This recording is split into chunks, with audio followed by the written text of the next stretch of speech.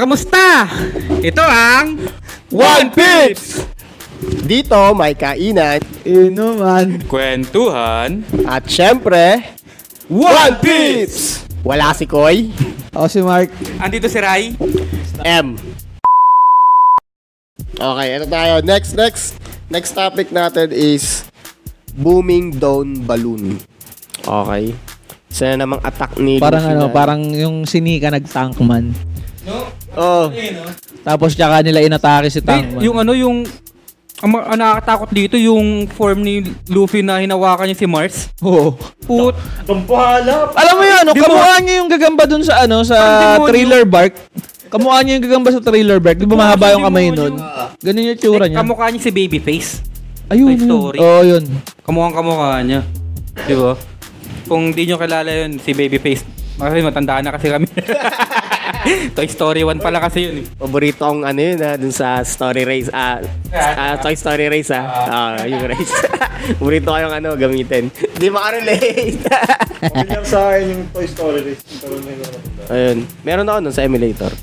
So, nalaw na ba? Okay. Hindi na pala kita kailangan. No? Okay, at ito lang yung ko Anong sabi mo doon? Can absorb, attack, and release it. Yun yung question mo. Ano yan? Parang ano yan, si Patgam, tsaka si T'Challa, si Wakanda. Si Wakanda. Wakanda. Hindi, si Black Panther. Okay na yung T'Challa eh. Kahit muna sabihin si Wakan. Oh, sorry na, sa akin. Parang sinabi mo. Sino yung president? Pero yung pinakamalapit si Patgam. Okay. Ayun nga. Sa akin naman kasi, yung parang explanation ko dito is it can store kinetic energy from multiple attacks and release it on a single point. Parang si Black Panther nga. Yun nga, kaya nga same ano niya. Black Panther kasi armor niya lang. Yung armor. kaya Yung armor. kaya nga yung sa previous na question natin. Bakit si Patgam is rubber, so sige, Patgam na lang. yun nga, konektado rin to sa previous na question natin kung si Frankie ba is merong haki kasi syempre yung impact nilang tatlo. Alam naman natin na malakas yung impact nung Kasi kay kung Sanji. wala siyang haki, hindi Pangalan pa lang ng atake ni Frankie, impactful nga eh. Hindi, kung may haki lang. Hindi talaga ita sa panel, promise. Mas kita Hindi. talaga kay Bonnie. mas kita pa nga si Gaimon eh. Oo, nakita ko si Gaimon. Gaimon is in love. Ano nga ang pangalan nun? Si Sarferneco. Sarfankel.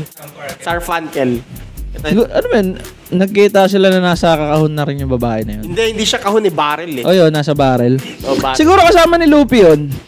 Nasa barrel din nga, hindi nakalabas. Alam mo ano yan eh, yung inaantay ko na lumabas yan, yung inakuha nilang treasure. Tapos yung may matandang lumabas. Tapos nilak nila ulit, tinapon nila doon. Paano kaya itsura nila pagka si Gaimon pati yung babae? Kain? Hindi, sila. Ganda. Tunog kahon. Kasi di ba, barrel, si kahon. Tunog kahon yung preo. Tok, tok, tok. Ginawa mo, sinira mo naman yan. Patay naman na yan eh. Grabe, patay na nga yung tao. Dinidisrespeto nyo pa Gagi, double dead. Cut! Kung nagustuhan nyo yung videos namin, yung like, comment, share, and subscribe, and follow nyo na rin kami sa Facebook para updated kayo pag naglalabas kami ng live. Actually, weekly naman yun. Mic drop. Ngayon nyo lang narinig yan sa One Pips Live.